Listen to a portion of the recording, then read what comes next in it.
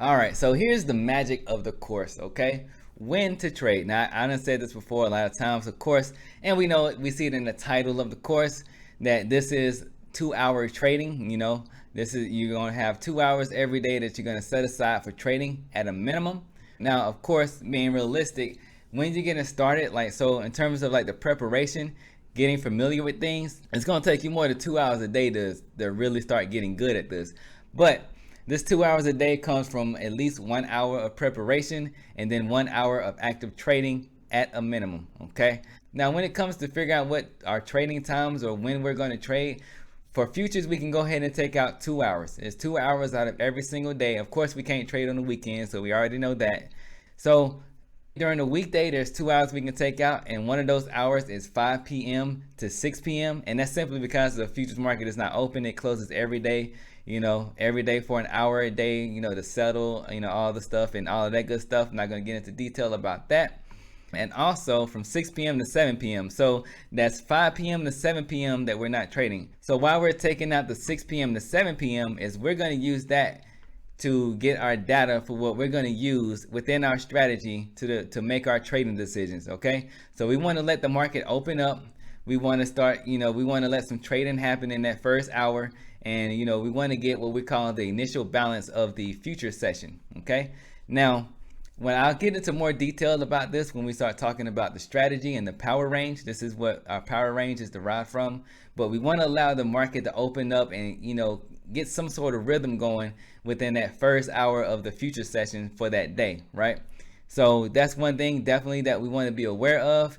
And of course, your schedule is definitely going to going to be a factor in determining when you can allot time to trade and when you can allot time to actually prepare to trade, right? And like I said before, you don't want to be distracted. You want to remove all your distractions.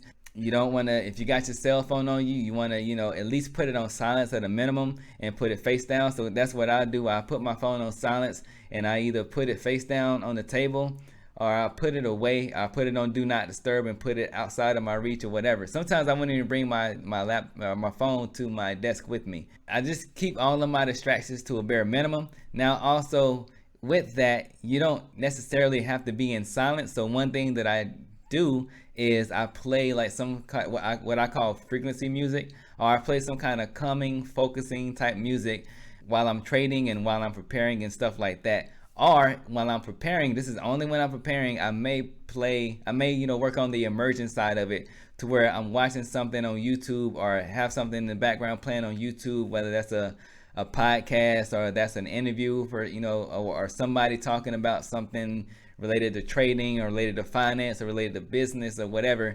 I may have that playing in the background while I'm, preparing, as long as it's not completely taking my focus away from what I'm supposed to be doing, right? So that's only during preparation. Now, while I'm trading, I only have that type of focus, that type of frequency music playing in the background. When I started trading, actually, the first year and some change, I used to play just all kind of different music, but you got to be aware of what kind of music you're playing, because there is, certain vibrations and certain music, frequencies and certain emotions that can be triggered. Certain music can have an emotional effect on you. So you want to make sure that you're not, you're careful with what kind of music you're playing. This is why I play this type of music that I play to give me a positive trigger in terms of my emotions for when I'm, trading live in the market, right? And that's worked out really well for me. Back when I tried to just play any type of music, I didn't admit it at the time, but it definitely did affect how I was trading, right? So, this is just some things that you want to think about when you're determining when to trade and your trading hours and your trading time. So now that you got that, now it's time for you to do some homework, okay? So what you're going to do is you're going to go out there and you're going to look at the different futures contracts, and you're going to just look at the charts, right? I'll step into the chart really quick just so I can kind of illustrate this. You're going to just look at these. This is NQ, and you're going to look at the price action. You're going to look at the structure, and you're going to see if you can find patterns in it.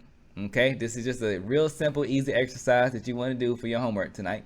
You're going to go through these charts and you're going to look for patterns. You want to try to visually recognize the patterns. You don't have to do anything. Like if you want to, you can go through and you can open up TradingView. TradingView, you can get this for free on TradingView.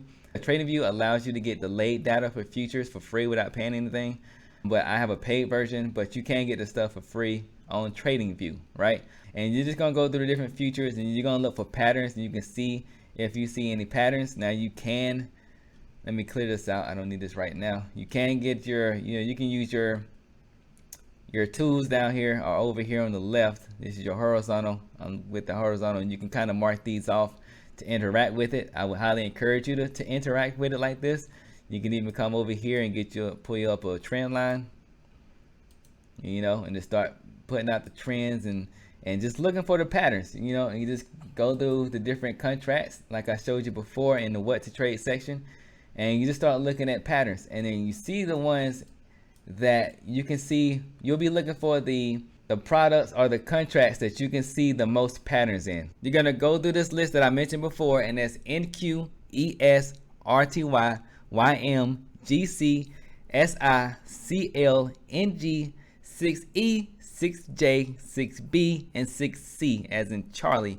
Look through that list. You're gonna go through each of those futures products. Try to do as many as you can. Spend some time on this. Try to spend at least an hour on this. What you're doing here is you're getting your mind, visually set to looking at the structure and the patterns in the markets, and you're getting yourself, used to looking at this stuff, and you're starting to get your screen time in. All right. So that's your homework for the night.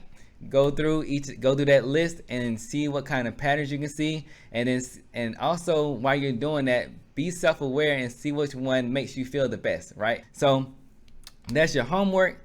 And in the next section, what we're going to talk about is risk management.